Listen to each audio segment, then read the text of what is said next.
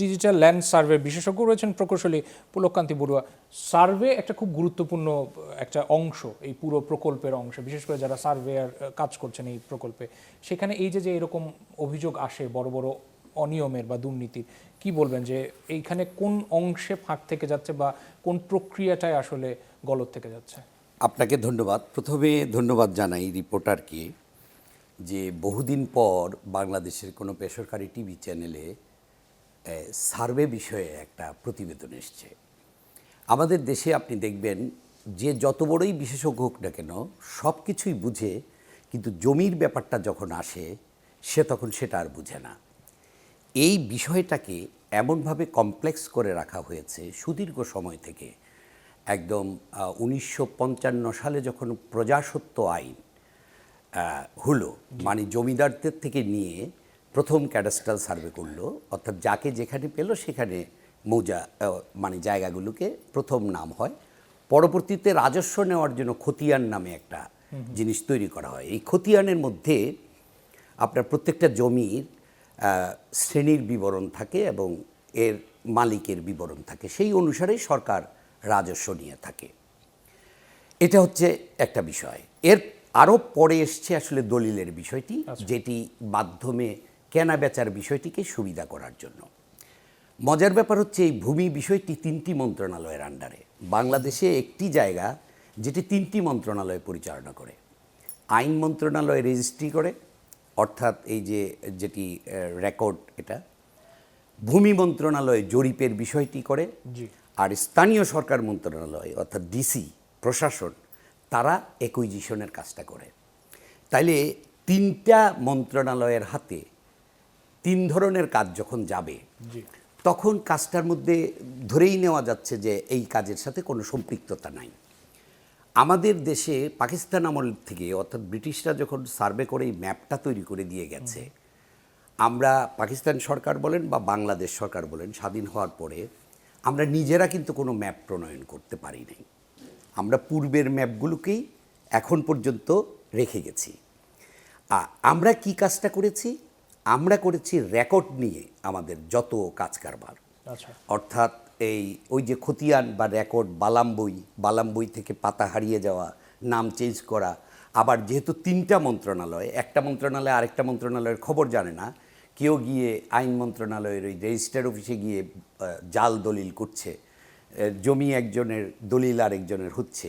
এই যে ব্যাপারটা, এটা বহুবার বলা হয়েছে যে এটি একটি মন্ত্রণালয়ের আন্ডারে থাকা উচিত, যেমন ভূমি মন্ত্রণালয়ের আন্ডারে, কারণ তার সাথে সরাসরি জরিপটি যুক্ত থাকে। ফাঁকটা সরকার করে রেখেছে, ফাঁকের সুবিধা নিচ্ছে তারই কর্মকর্তা কর্মচারীরা, দোষ পড়ছে সরকারের। আমি এই কথা বলার উদ্দেশ্য হচ্ছে, সরকারকে তো এই ফাঁকটা আগে বন্ধ করতে হবে। সরকার এক ধরনের আইন করে রেখেছে, অর্থাৎ ডিসি ওখানের মধ্যে যেহেতু একটা সর্বময় ক্ষমতা, এবং সে যেহেতু বিভিন্ন ক্ষেত্রে সে যেহেতু সিদ্ধান্ত তার মতো করে নিতে পারে, অর্থাৎ স্থানীয় পর্যায়ে বিবেচনা করে, সেখানের মধ্যে আইনটা আসলে আর হচ্ছে না। এই ফাঁকটা দিয়েই আসলে একটি দালাল শ্রেণী এই জায়গায় গড়ে উঠছে। আচ্ছা, আপনার মন্তব্যগুলো শুনছিলাম আমরা। ইজাজ শ্রমিক, আপনার কাছে একটু যেতে চাই এই পর্যায়ে। আপনি যখন প্রতিবেদন করলেন, তখন আপনার প্রতিবেদনেও সার্ভেয়ারদের ইন্টারভিউ আপনি করেছেন, তাদের বক্তব্য নিয়েছেন, উনি কিছু বাস্তবতা তুলে ধরছিলেন আমাদের সম্মানিত অতিথি। একটু বলবেন যে আপনি যখন ফিল্ডে নামলেন, যখন বাস্তব কাজ করতে গেছেন, তাদের সাথে আপনার কথোপকথন কি হয়েছে, তারা কি বলছিলেন তখন? সার্ভেয়ার মূলত এখানে 3 জন ছিলেন, জেলা প্রশাসনের 3 জন, সড়কের 1 জন ছিলেন, এবং একই সঙ্গে এই মূল্য নির্ধারণ, জমির উপরে যে স্থাপনাগুলো আছে সেই স্থাপনার মূল্য নির্ধারণ করে গণপূর্ত বিভাগের কর্মকর্তারা। তো প্রত্যেকে নিশ্চয়ই আপনারা দেখেছেন যে প্রত্যেকেই কোনো না কোনোভাবে ইনভলভ আছে এবং তারা এই দুর্নীতির সঙ্গে জড়িত। সার্ভেয়ারদের সঙ্গে যখন আমরা কথা বললাম, যে 3 জনের মধ্যে একজনের সঙ্গে, একজন তো সরাসরি আমাকে কনফেস করেছে যে কিভাবে আসলে এই দুর্নীতিগুলো হয়েছে, তারা কিভাবে জড়িত ছিল, অনেকটা হুইসেল ব্লোয়ারের মতো তিনি স্বীকারোক্তি দিয়েছেন। এবং এর সঙ্গে পুলককান্তি বড়ুয়া আমাদের অতিথি, তিনি যেমন কিছু সীমাবদ্ধতার কথাও বলেছেন, মানে বাস্তবতায় যখন আপনি কাজ করতে গেলেন, একজন বললেন যে হুইসেল ব্লোয়ারের মতো কাজ করেছে। একটু আমাদেরকে একটু চিত্র নিয়ে যদি বলেন যে অভিজ্ঞতা কি হলো, তারা কোন কোন বিষয়গুলো আপনার সামনে তুলে ধরেছে? এই যে দেখেন মরজাল মৌজার এই যৌথ তদন্ত তালিকা, এই যৌথ তদন্ত তালিকার এখানে পুরোটা নেই, আংশিকটা কিছুটা রেখেছি। এখানে কমপক্ষে 50টা থেকে 60টা যৌথ তদন্ত কপি। এই যে আনুষ্ঠানিক এই তারা কিভাবে সার্ভে করেছে দেখা, এই যে হাতে মেপে যৌথ তদন্ত তালিকায় এই যে হাতে মেপে এইভাবে তারা করেছে, যেটা অ্যানালগ যুগের সিস্টেম। উনি এখন প্রযুক্তি এতটা শার্প হয়ে গেছে বা এতটা এগিয়ে গেছে যে এখন আমরা এআই দিয়ে অনেক কিছু করছি। আমার রিপোর্টে তিনি সার্ভে বিশেষজ্ঞ পুলককান্তি বড়ুয়া তিনি কিন্তু বলেছেন যে এখন ড্রোন ভিত্তিক সার্ভে করছে, ড্রোন বেস সার্ভে। আচ্ছা পুলককান্তি বড়ুয়া, এই যে আপনি বলছেন যে ড্রোন ভিত্তিক হয় বা আপনি নিজেও ডিজিটাল ল্যান্ড সার্ভে বিশেষজ্ঞ, কিন্তু এই যে এরকম একটা মহাপ্রকল্পে যখন একদম হাতে কলমে করা হয় সেই আদিকালের মতো করে, সেখানে কি আরো বড় আসলে দুর্নীতির সুযোগ থাকে না? অবশ্যই। বা সেখানে ওই ব্যক্তির উপর দায় পড়ছে কিনা? দেখুন, আমাদের একটা সেবা পোর্টাল হয়েছে জি, ডিজিটালি।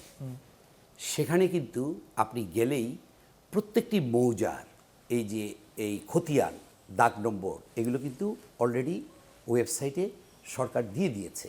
আচ্ছা, যে কোনো জেলা প্রশাসন কিন্তু সেটাকে অনুসরণ করতে হবে, এটা যেহেতু পাবলিকলি দিয়ে দেওয়া হয়েছে। কিন্তু এর বাইরে যখন আপনি হাতে আবার ওই যে ম্যানিপুলেটগুলো করতে যান, তার মানে হচ্ছে শ্রেণী পরিবর্তনের জন্য আপনার একটা সুনির্দিষ্ট আইনগত প্রক্রিয়া রয়েছে, নামজারির একটা বিষয় আছে, শ্রেণী পরিবর্তনের আবেদনের বিষয় আছে। কিন্তু এলএ থেকে গিয়ে যখন আপনি ওই যে মূল্য নির্ধারণের জন্য যে শ্রেণী পরিবর্তন করছেন, সেটার জন্য তারা একটা আলাদা ডেস্ক বুক ব্যবহার করে, এটা ডিসি অফিসে, যেটার কোনো আইনগত বৈধতা নাই।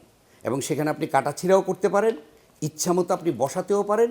আবার এই জিনিসটা আসলে এমন অবস্থা যে দয়া তাদের উপর নির্ভর করে আপনি টাকা পাবেন কি পাবেন না। শুরুতে আমাদের স্যার যেটা বলছিলেন যে শুরুতে কিন্তু আমি আইনগতভাবে কিন্তু প্রবলেমে আছি, অর্থাৎ এক হচ্ছে আমার মৌজার তাহলে কি এই যে আইনগত প্রবলেম, হ্যাঁ, ফাঁকের কথা বলছেন, এই ফাঁকটা এটা সুযোগ কি তাহলে সবাই নিচ্ছে? সবাই নিচ্ছে। আচ্ছা। এবং এটা পরিকল্পিতভাবে নিচ্ছে, কারণ তারা জানে তাদের বিরুদ্ধে মামলা করে আপনি কিছু করতে পারবেন না।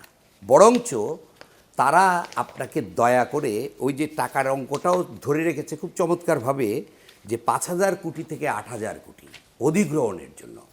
তাহলে অধিগ্রহণের জন্য এই যে একটা বোর্ড, যেটা রাস্তা নির্মাণে 16,000 কোটিতে, তার অর্ধেক যদি অধিগ্রহণে চলে যায়, তাহলে আমাদের দেশে অবকাঠামোর যে উন্নয়নগুলো হবে সেটি কিভাবে সম্ভব হবে?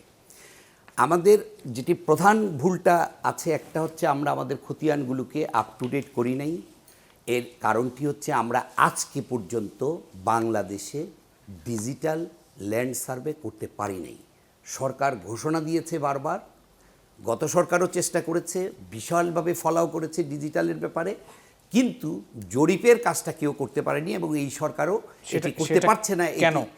এটির মূল কারণটা হচ্ছে আমরা প্রথাগত জায়গার ওই যে জটিল করে রেখে, পেন্ডুরার বাক্স সাজিয়ে রেখে ভূমি থেকে আমরা এই যে সরকারকে রাজস্ব বঞ্চিত করছি। কারণ দেখেন, আমি সবচেয়ে কম রাজস্ব দিই কিন্তু ভূমি থেকে। আসবো আপনার কাছে আসবো।